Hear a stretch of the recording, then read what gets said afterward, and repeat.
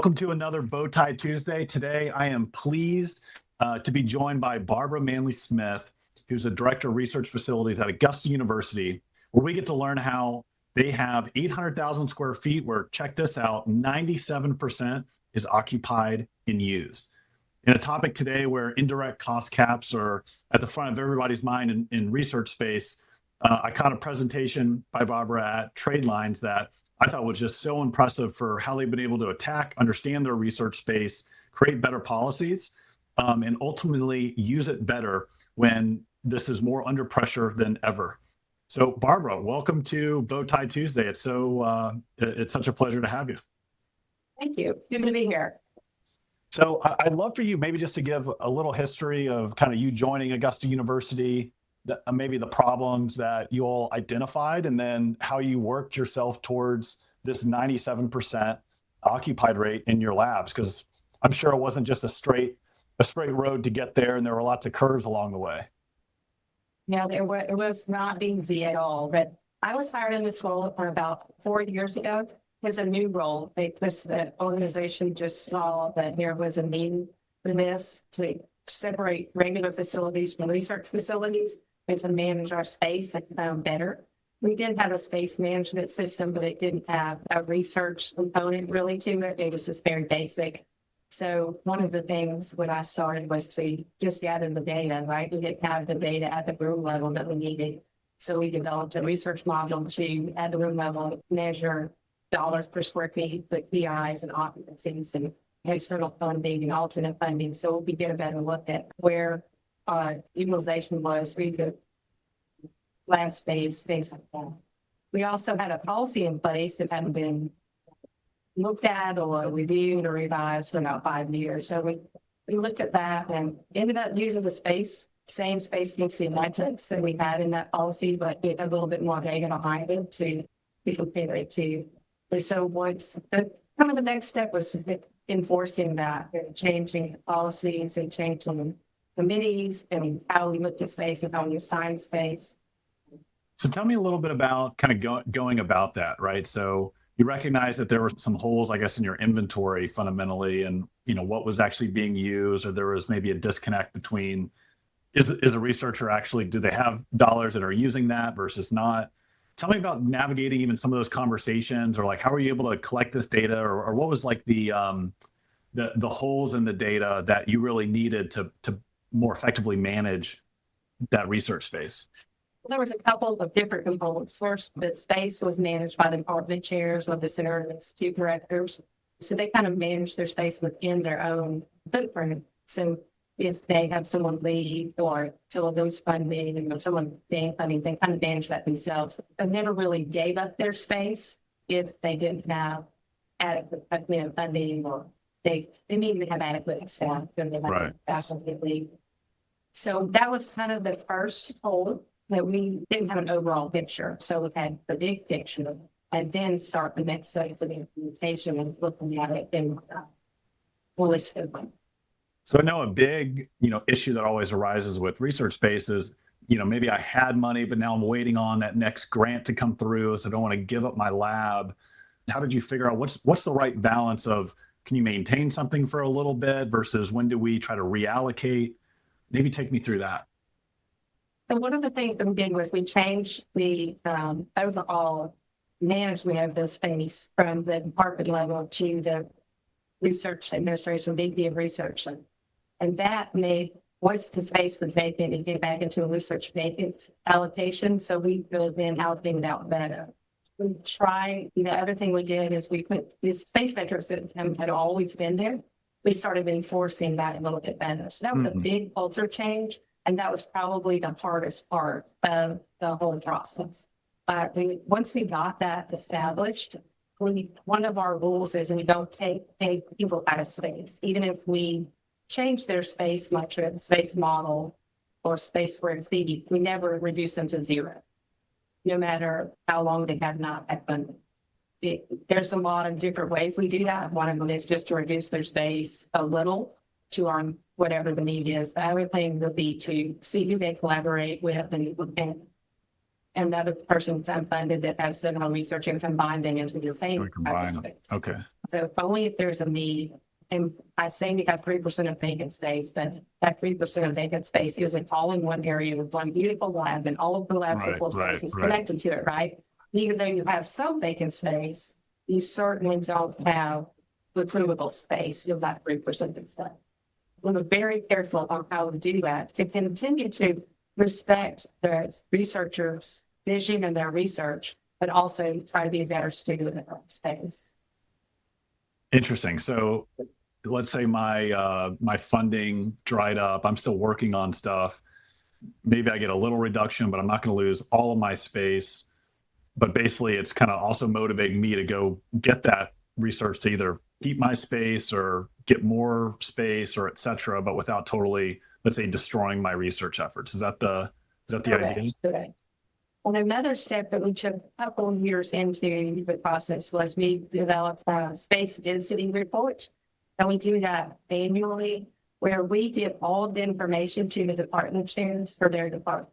And it's every PI in their department and the extramural sponsored dollars associated with that PI at the room level based on their square feet and their dollars. And then anybody that's under our space metric, we ask the department chair to work with that researcher and make sure they give us the whole picture. So they give us all their alternate funding, their intramural funding, their intramural funding, what their other scholarly activities are. They're, they're writing, they're doing publications, they're teaching, they have a patent, they're working on anything that they want to do that. And so we have a whole picture. And then we kind of work with the department chair to say, how are you as a department chair going to help this researcher get back to where they need to be to increase their funding and things like that. And we also ask the department chair, do you feel like this space is adequate for this researcher? So they haven't been funded in 3 years, 2 years, 4 years, and they have X amount of space. In your opinion, after reviewing all of this data, do you feel it's adequate, or do you feel need less space, more space, shared space?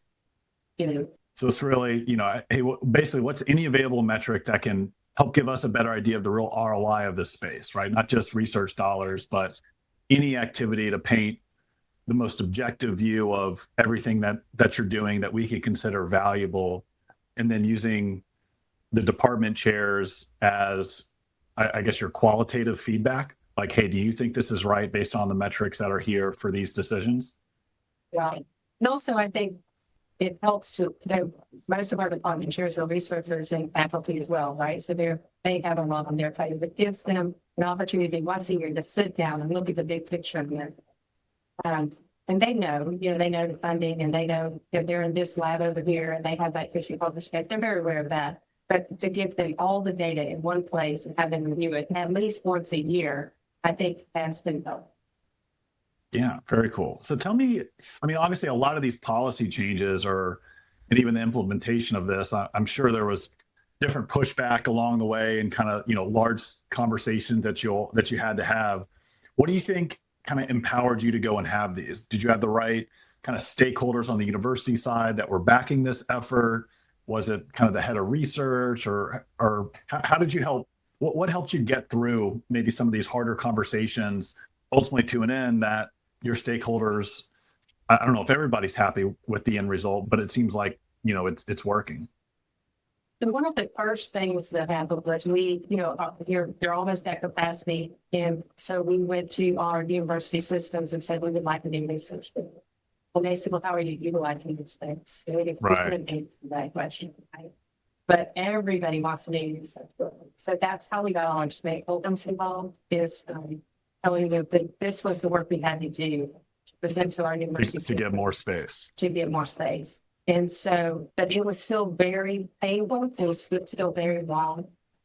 We did some pretty big communication. They did get our president on board to communicate directly to the researchers that had different opportunities. We had to go to the faculty senate committee to get any of those policies and procedures in place. It just took a lot of communication and a lot of stakeholder involvement. But I think the push, or the thing that helped push it to the end, was the site and the idea that it was. Right. So really forming that I don't know, that inclusive vision, right? Hey, if we want to get more space, we have to have a better case that demands we can get more research space to do XYZ in the future. Here's what we need to get there. How do we get on board?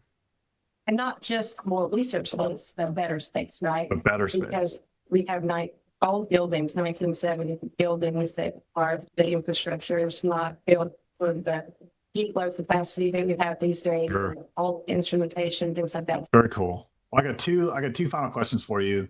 One, if you think about the future, what are you excited about or thinking about how you even operate these facilities better in the future, or things you're looking forward to, or different experiments you all are thinking about, anything like that?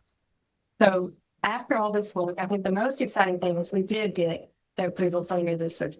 All right. So it worked. Yeah, it worked. It worked for us. We did get state funding.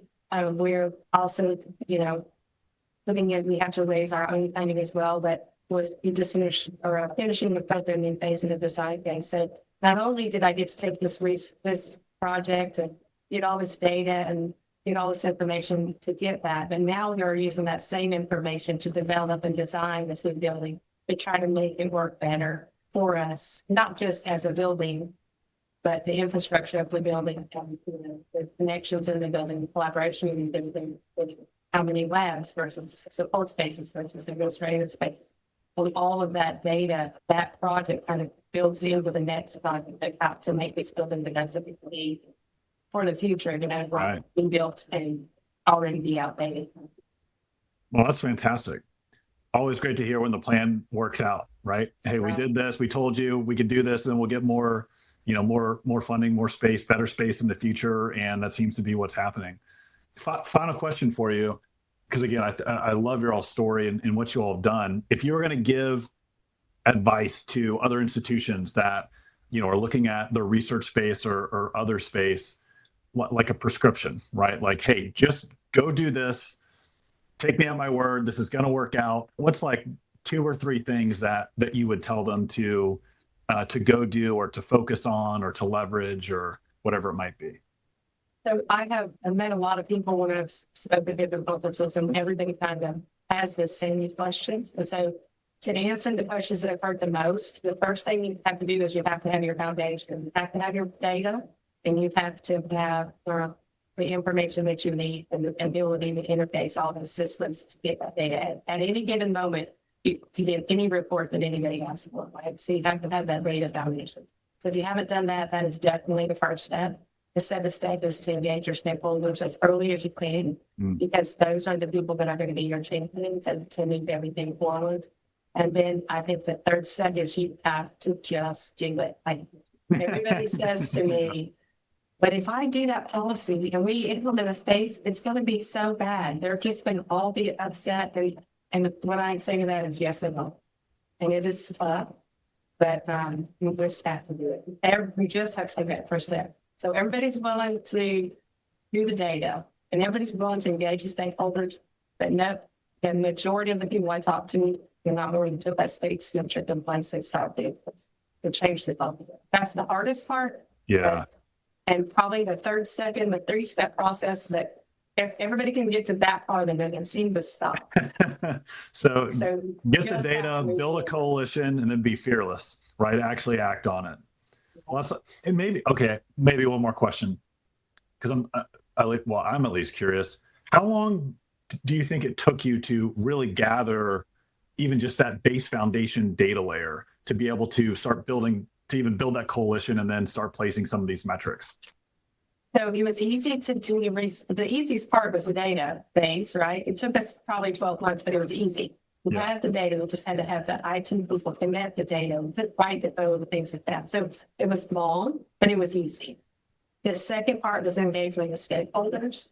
That didn't take us long once we started giving them the data. But the hardest part was changing the culture. It took me 19 months to change that policy. Wow. Because we changed it and it would go through all the steps that had to go through. It's an official Augusta University policy. Has to go through several layers to their dream, and all those different layers think back with their thoughts and their visions based on their really their knowledge and their interest, and not always global interests, right? So that was the hardest part, was actually changing the policy. So that was even harder than enforcing that.